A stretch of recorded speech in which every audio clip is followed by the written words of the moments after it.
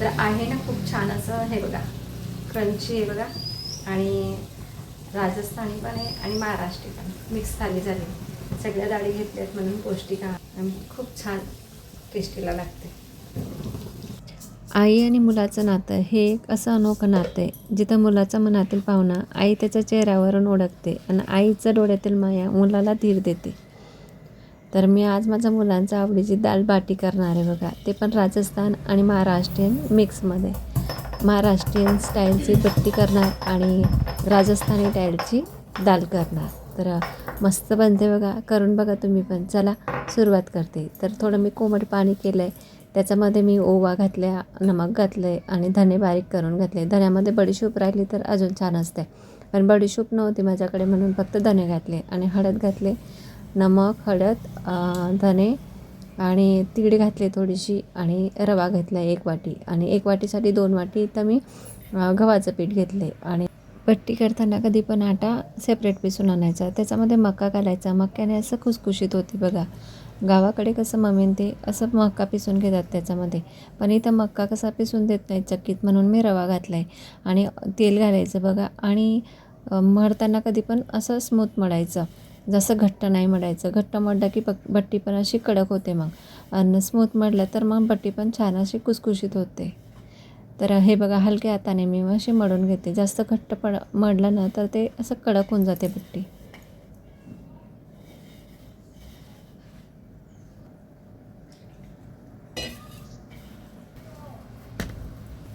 मी याला कोमट पाण्यामध्ये छान असं मळून घेतलं आहे. आता 15-20 मिनटासाठी रेस्टवरती ठेवून देते. तोपर्यंत मी छान अशी डाळ करून घेते, म्हणजे हे आटा छान असा स्मूथ होऊन जाईल बघा अजून.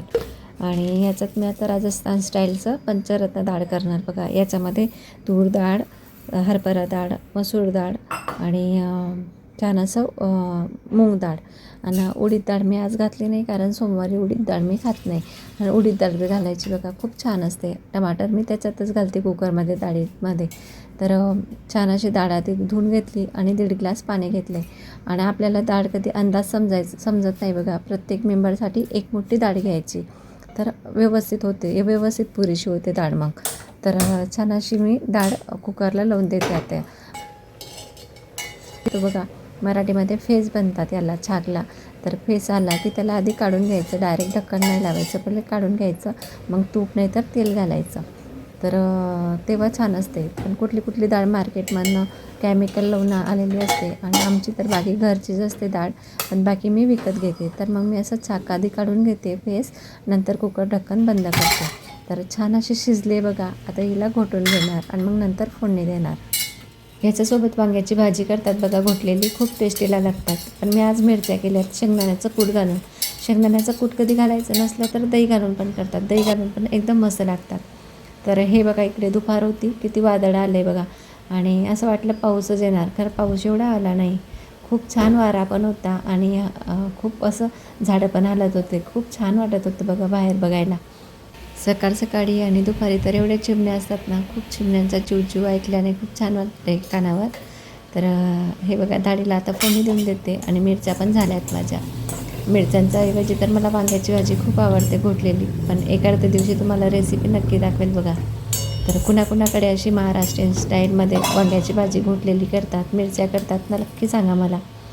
तर हे बघा, तुपामध्ये मी इथं जिरं, मोहरी, कढीपत्ता संपलेला, हिरवी मिरची घालायची बघा. तर हिरवी मिरची मी 2च घातल्यात, जास्त नाही घातल्यात. तर छान असं टेस्टीला खूप छान लागते. आणि थोडीशी हळद घातली, हिंग नाही घालत मी, हिंगचं असा मला टेस्ट आवडत नाही हिंगचा. तर एवढंच घालते. आणि कढीपत्ता राहिला तर कढीपत्ता घालते. आणि आपल्याला आवडते तेवढं घट्ट ठेवायचं किंवा पातळ करायचं. तर नमक घालते आणि छान उकळी देते बघा. वरनं कोथिंबीर घालते आणि मस्त छान अशी उकळी आली की काढून मग त्याच्यातच भात लावणार. कुठली पण जेवण बनवताना ना, तर जास्त भांडे नको निघायला पाहिजे, म्हणून एका कुकरमध्ये भाजी लावून द्यायची आधी, मग डाळ लावून द्यायची आणि नंतर मग भात लावून द्यायचा, म्हणजे जास्त भांडी भरत नाही बघा. तर इथं छान असं बट्टीचा आटा पण स्मूथ झाला आहे. आता मग मी बट्टी तयार करून घेते बघा. तर बट्टीला हे असं स्मूथ ठेवायचं आटा, म्हणजे बट्टी अशी स्मूथ खुसखुशीत असते, कडक होत नाही बघा आपली बट्टी. तर छान असे लाटून घेते आणि तेल लावून घेते. तेलावरती नंतर मग थोडंसं पीठ लावलं ना तर लेयर पण छान येतात बघा.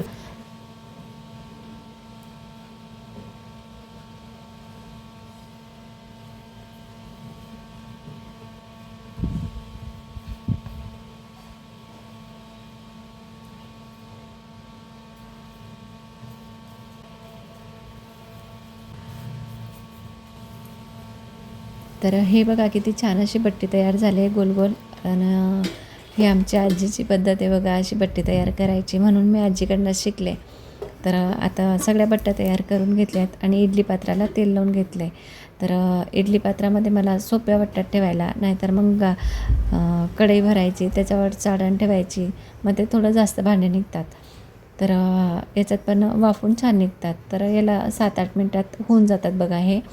आणि थोडं पातळ ठेवले म्हणून 7-8 मिनटं, नाहीतर थोडं घट्ट राहिलं तर मग थोडं लवकर होतं आहे. पण ते घट्ट पीठ मळलं आहे तर मग ते कडक होतात आणि हे कुरकुरीत खुसखुशीत होतात बघा छान. तर चाकू घालून बघायचं असं झालं आहे का नाही, आणि थंड झाल्यावर कट करायचा. गरम गरम कट केल्या की मग ते चिपकतात चाकूला, तर थंड झालं की मग चिपकत नाहीत बघा.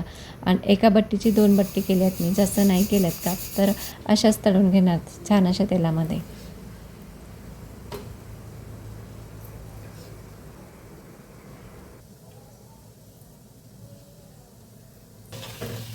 आपल्याला कधी छान अशा कुरकुरीत आणि कडक क्रंची टाईपमध्ये बट्टी पाहिजे असेल तर तेलामध्ये किंवा तुपामध्ये असा लाल छान असं होऊ द्यायचं बघा त्यांना, तर क्रंची बनतात बघा. छान अशा स्वामींचा नैवेद्य आता तयार झाला आहे. 1 वाजला असेल तर स्वामींना छान असं नैवेद्य देऊन देते मी आता. करून बघा आणि खाऊन बघा. तर आहे ना मस्त राजस्थानी आणि महाराष्ट्रीयन मिक्स थाली.